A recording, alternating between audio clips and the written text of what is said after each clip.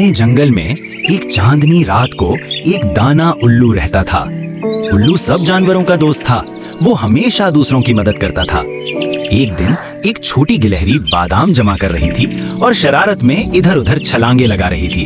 अचानक उसका पांव फिसला और वो एक दरख्त के अंदर गहरे सुराख में फंस गई। गिलहरी, ओह नहीं, कोई है, मेरी मदद करो। उल्लू ने गिलहरी की आवाज सुनी और फौरन नीचे आया। उल्लू, घबराओ नहीं, मैं हूं ना।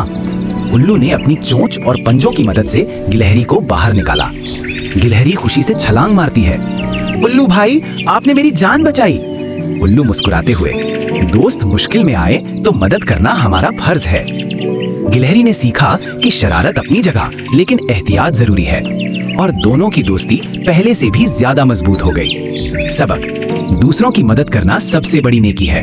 दोस्ती में हमेशा साथ दें।